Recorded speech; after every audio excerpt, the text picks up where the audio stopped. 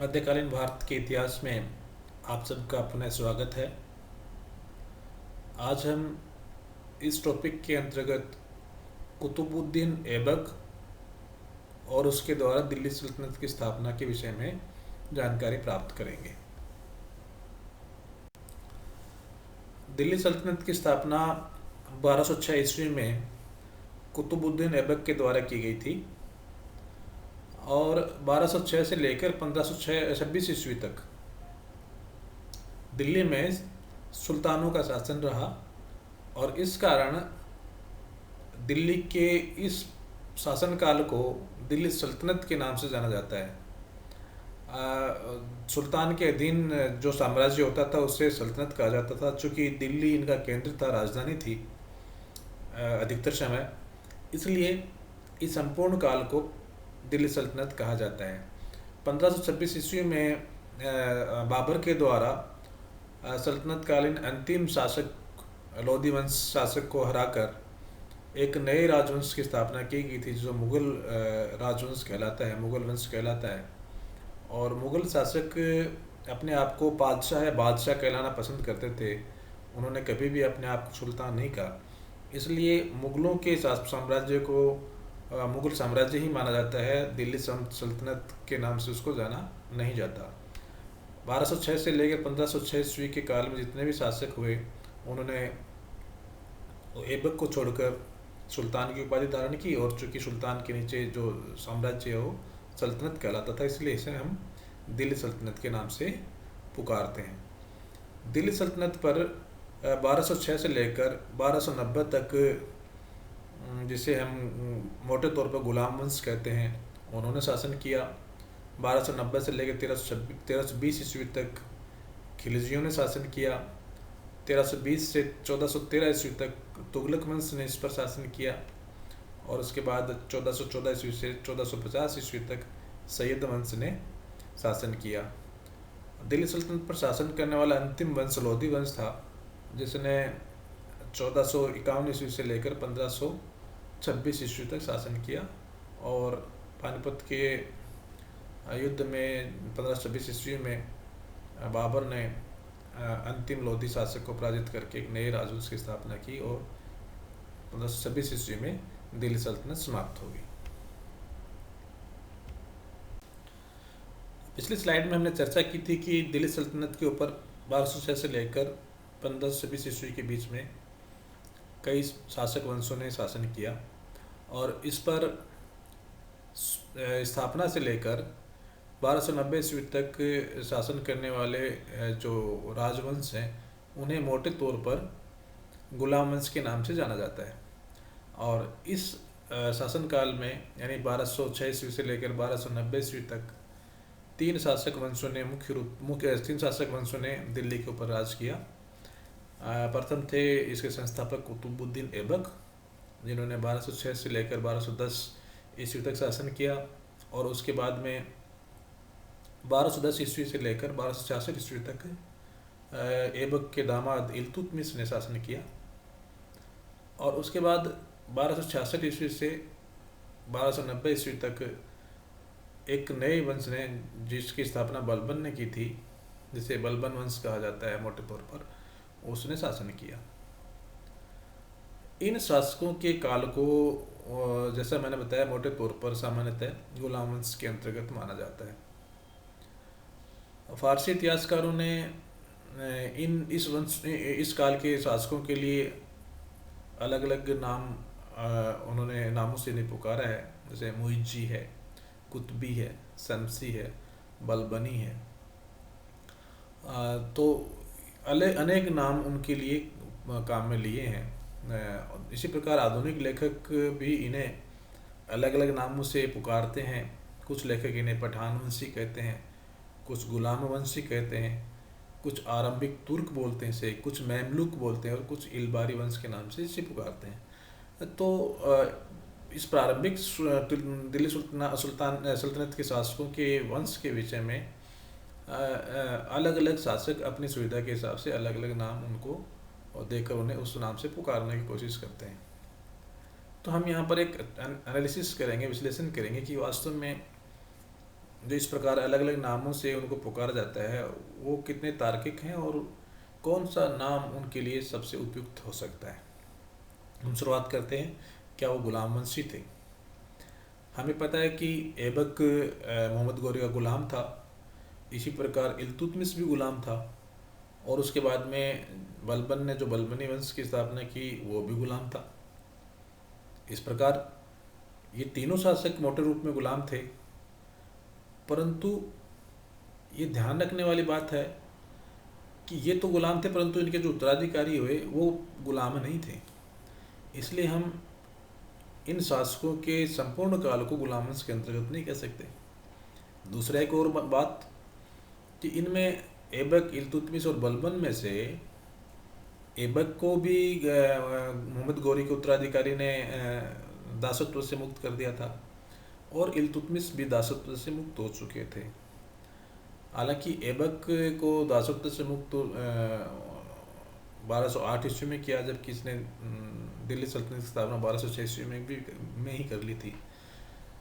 तो कहने का मतलब ये है कि ये शासक भी जब खासकर इल्तुतमिश जब सुल्तान बना था उस समय ये दास नहीं था, इसलिए इन्हें हम गुलाम वंश के अंतर्गत नहीं रह सकते।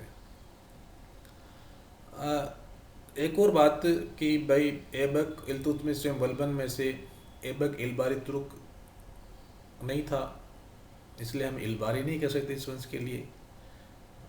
बलबन ने भी हालांकि अपने आप को ये सिद्ध करने की कोशिश की है कि वो इलबारी तुर्क था, परंतु मिनहाज उस शिराज ने इसमें संदेह व्यक्त किया है, और वो कहता है कि बलबन ने अपने आप को उच्च कुल में दिखाने के लिए अपने को इलबारी तुर्क से अपना संबंध जोड़ा, जबकि वो इलबारी तुर्क नहीं था। इसलिए हम कह सकते हैं कि इस काल के शासनकाल को हम इलबारी तुर्क या इलबारी वंश नाम से भी पुकार नहीं सकते। जो ऊपर उल्लेख किए गए ऐबक, इल्तुतमिश और बलबन, इन तीनों में से कोई भी पठान नहीं था, इसलिए हम इन्हें पठान शासक भी नहीं कह सकते। क्या इन्हें हम मामलुक कह सकते हैं? मामलुक का अर्थ होता है गुलामी से मुक्त माता पिता की संतानें, जो कि ऐबक और इल्तुतमिश दास्ता से मुक्त कर दिए गए थे, इसलिए हम इसे मामलुक कह सकते हैं, और उनके बच्चों को भी मामलुक कह सकते हैं। परंतु बलबन के विषय में ज्ञात नहीं है कि वो उसे दासत्व से मुक्त कर दिया था या नहीं कर दिया था, तो इसे हम मामलुक वंशी भी नहीं कह सकते। हालांकि मामलुक वंश बहुत हद तक इन्हें जो जिस नाम से पुकारा जाए उसके बहुत हद तक नज़दीक है, परंतु पूर्ण रूप से इसे भी हम पूरी तरह से स्वीकार नहीं कर सकते। तो फिर इन प्रारंभिक जो तुर्क शासक थे उनको किस नाम से पुकारा जाए? तो इसके लिए बहुत सारे विद्वानों ने एक बीच का रास्ता निकाला। उन्होंने कहा कि चूँकि ये वो सुल्तान थे जिन्होंने दिल्ली सल्तनत की शुरुआत की थी, शुरुआती शासक थे ऐबक से लेकर ऐबक ने स्थापना की उसके बाद में, तो इन्हें क्यों ना हम प्रारंभिक तुर्क या आदि तुर्क के नाम से पुकारें। इसलिए 1206 से लेकर 1290 ईस्वी तक के जो तुर्क शासक हैं उन्हें प्रारंभिक तुर्क या आदि तुर्क कहना ही ज़्यादा उचित रहेगा। दिल्ली सल्तनत की स्थापना और प्रारंभिक तुर्क शासकों और प्रारंभिक जो दिल्ली पर शासन करने वाले तुर्क शासकों को क्या पुकारा जाए उसके बारे में अध्ययन करने के बाद आइए हम जानते हैं कुतुबुद्दीन ऐबक के बारे में। कुतुबुद्दीन ऐबक कौन था और किस प्रकार से उन्होंने दिल्ली सल्तनत की स्थापना की? कुतुबुद्दीन ऐबक एक तुर्क परिवार से संबंधित था जिसका जन्म तुर्किस्तान में हुआ था, और चूँकि उनका परिवार गरीब था इसलिए बचपन में ही उसे निसापुर के काजी को गुलाम के रूप में बेच दिया गया था। उसके बाद उस काजी ने किसी व्यापारी को बेच दिया, उस काजी के उत्तराधिकारियों से व्यापारियों को बेच दिया, और फिर व्यापारियों ने आगे किसी अन्य व्यक्ति को बेच दिया। इस प्रकार से बिकता बिकता ये अंततः मोहम्मद गौरी के द्वारा खरीदा गया, और इस प्रकार ये मोहम्मद गौरी का गुलाम हो गया। चूँकि कुतुबुद्दीन ऐबक योग्य था, प्रतिभाशाली था, उसे घुड़सवारी और तलवारबाजी का शौक़ था, इसलिए उसकी योग्यता को देखकर मोहम्मद गौरी ने उसे अवसर दिए। उसकी स्वामी भक्ति को देखते हुए उसने ऐबक को अमीर ए आखूर, जिसका मतलब अस्तबल का अध्यक्ष होता है, उसके पद पर नियुक्त किया। और इस प्रकार सफलता की प्रारंभिक सीढ़ी मोहम्मद कुतुबुद्दीन ऐबक ने चढ़ी। जब कुतुबुद्दीन ऐबक ने त्रायन के द्वितीय युद्ध में 1192 ईस्वी में पृथ्वीराज चौहान को पराजित कर दिया और उसके बाद उसने जो सामरिक महत्व की जो ठिकाने थे उन ठिकानों को पर अधिकार कर लिया। और उसके बाद वो जब यहाँ से वापस गजनी अपनी राजधानी गया, तब उसने इन जीते गए भारतीय प्रदेशों के लिए कुतुबुद्दीन ऐबक को अपना सूबेदार नियुक्त किया। और यहाँ से कुतुबुद्दीन ऐबक का संबंध पूरी तरह से भारतीय प्रदेशों के साथ जुड़ जाता है। ऐबक ने 1191 की त्रायनी युद्ध में भी भाग लिया था। तो इस प्रकार 1192 ईस्वी में जब उसको भारतीय प्रदेशों का हाकिम नियुक्त कर देता है मोहम्मद गौरी, तो उसके बाद में उसकी जो सफलता की शुरुआत बहुत हद तक आगे बढ़ती है। 1206 ईस्वी में मोहम्मद गौरी ने जब खोखरों को पराजित किया और उस पराजित करने में उसकी सहायता ऐबक ने भी की थी। जब वो पराजित करके उनको वापस जा रहा था तो ऐबक की स्वामी भक्ति और उसकी योग्यता से और ज़्यादा वो प्रसन्न हुआ और उसने लौटते समय ऐबक को मलिक का पद और वली अहद का मतलब उत्तराधिकारी होता है, मलिक एक सेना पद होता है जो आगे हम जिसकी चर्चा करेंगे, नियुक्त किया। ये जानकारी हमें फ़क्र मुदव्विर देता है। जब 1206 ईस्वी में मोहम्मद गौरी की हत्या हो जाती है तो उसके बाद उसके विजित प्रदेशों की स्थिति क्या हो, ये एक विचित्र सी स्थिति पैदा वहाँ पर हो गई। चूँकि मोहम्मद गौरी के कोई पुत्र नहीं था, इसलिए उसके कुछ सामंतों ने उसके भतीजे गयासुद्दीन महमूद को उसका उत्तराधिकारी चुनकर गौर का शासक बना दिया। चूँकि गयासुद्दीन महमूद योग्य नहीं था, कमज़ोर शासक था और उसका मोहम्मद गौरी का वास्तविक पुत्र भी नहीं था, इसलिए गौरी के बहुत सारे जो ऐसे योग्य लोग थे, जो गुलाम थे और जिन्हें बहुत महत्वपूर्ण पद दिया हुआ था, उन्होंने साम्राज्य का बंटवारा करना प्रारंभ कर दिया। उन्होंने अपने आप को स्वतंत्र करना शुरू कर दिया। और इसमें एक बड़ा कारण ये भी था कि गौर के ऊपर ख्वारिज़्म का शासक अधिकार करना चाहता था, इसलिए जो गयासुद्दीन महमूद है वो जो मोहम्मद गौरी के महत्वपूर्ण सरदार थे, उन सरदारों की कार्यविधि के ऊपर ज़्यादा रोक नहीं लगा सका क्योंकि उसका ध्यान ख्वारिज़्म के शाह के आक्रमण पर रहता था। और गौरी के उस समय जो 3 सर्वाधिक योग्य गुलाम तुर्क थे जिन्हें उन्होंने महत्वपूर्ण जिम्मेदारी दे रखी थी, उनमें ताजुद्दीन यिल्दौज, नासिरुद्दीन कुबाचा और कुतुबुद्दीन ऐबक थे। और ये तीनों ही अपने अपने क्षेत्रों में बहुत अधिक शक्तिशाली थे। और जब उन्हें गयासुद्दीन महमूद नामक कमज़ोर शासक के उत्तराधिकारी बनने का समाचार मिला तो उनके मन में स्वतंत्र शासन सत्ता स्थापित करने की जो इच्छा शक्ति पैदा हुई। एक यहाँ बात ध्यान रखने वाली है कि यिल्दौज, कुबाचा और ऐबक की जो राजनीतिक स्थिति थी वो तीनों की एक समान थी। इनमें कोई बड़ा नहीं था, उनमें से कोई भी छोटा नहीं था। यहाँ आप स्लाइड में एक मानचित्र देख रहे हैं। इस मानचित्र में उस काल की जो महत्वपूर्ण शहर थे, महत्वपूर्ण स्थान थे, उन स्थानों का वर्णन किया गया है और ये आपको उस समय की राजनीतिक गतिविधियों को आसानी से समझने में सहायता प्रदान करेगा। आप ऊपर गौर देख पा रहे हैं, गौर के लेफ़्ट साइड में काबुल, उससे और लेफ़्ट नीचे की तरफ गजनी, इधर कंधार, फिर इसके पीछे नीचे मुल्तान के राइट हैंड पे लाहौर और मुल्तान के नीचे उच्च, फिर लाहौर से एकदम नीचे दिल्ली से लेफ्ट मतलब अजमेर और उसके नीचे कन्नौज, इधर ग्वालियर, कालिंजर, ये इधर आप सिंध के नीचे अनिलवाड़ा देख पा रहे होंगे, ये उच्च और ये सिंध का इलाका था इधर वाला। और इस प्रकार ये मानचित्र हमें उस समय की गतिविधियों को समझने में महत्वपूर्ण जानकारी देगा। यहाँ पे यहाँ आसपास गौर से नीचे इधर करमान है, जहाँ पर यल्दोज का हाकिम था, सूबेदार था। ये उच्च आप देख पा रहे हैं मुल्तान से नीचे। यहाँ पर जो कुबाचा उसका अधिकार था, और ये दिल्ली में यहाँ पर आप ऐबक का अधिकार था। तो आगे जब इन तीनों का संघर्ष होगा तो उसे हमें इस मानचित्र से हमें उस समय संघर्ष को समझने में काफ़ी सहूलियत प्राप्त होगी।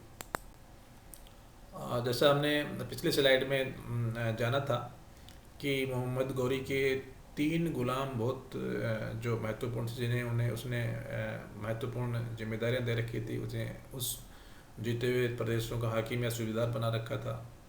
तो यहाँ समझ लीजिए कि गौर राजधानी थी मोहम्मद गौरी की, जहाँ पर उसका जो भतीजा शासक बना, जबकि और जो एरिया थे उसके जीते हुए, उन एरियो में सूबेदार के रूप में बहुत ऐसे शक्तिशाली गुलाम थे जो उस वहाँ पर शासन कर रहे थे।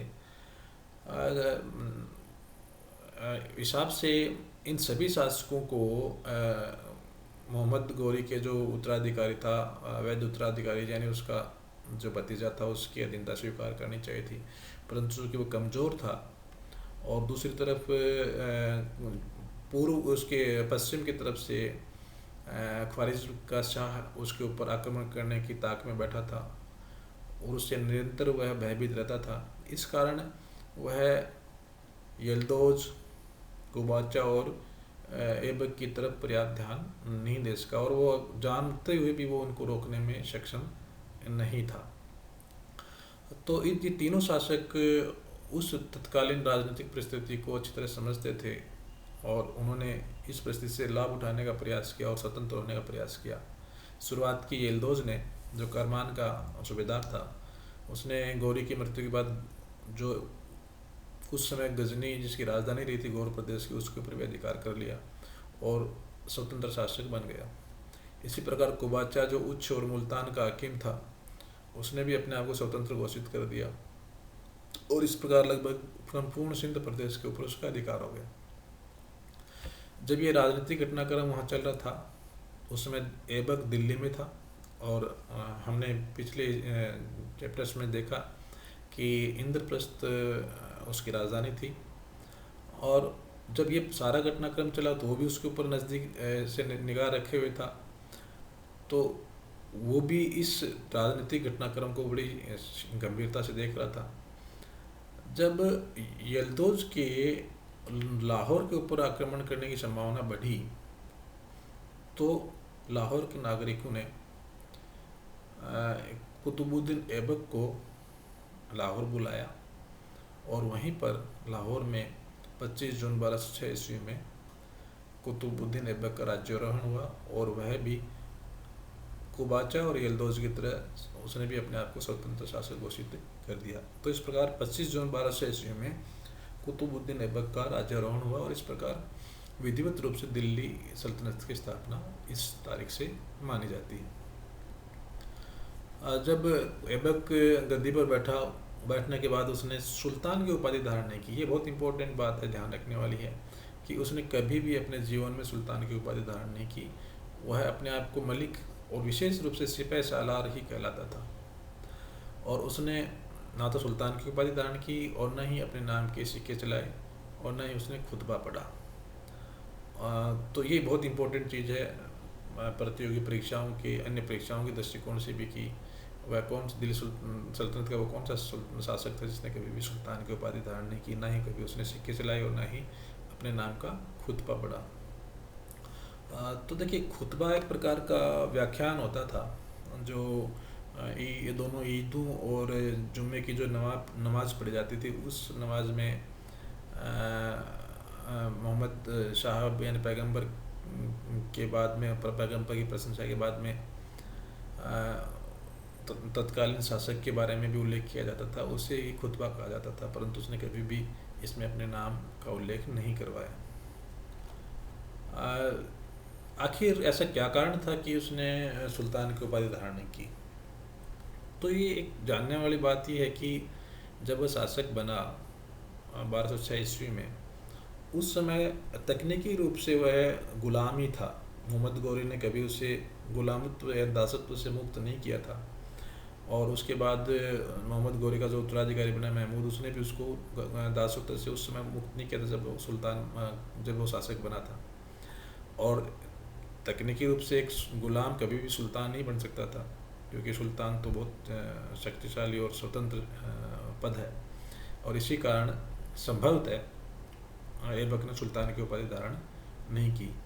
बाद में कहा जाता है कि इसी समय गौरी के जो उत्तराधिकारी गयासुद्दीन महमूद था, उसने राज चिन्ह और ध्वज भी उसे भेजा था और सुल्तान की उपाधि उसे प्रदान की थी। और 1208 ईस्वी में गौरी को उसने गुलामी की दास्ता से मुक्त भी कर दिया था, परंतु फिर भी कभी भी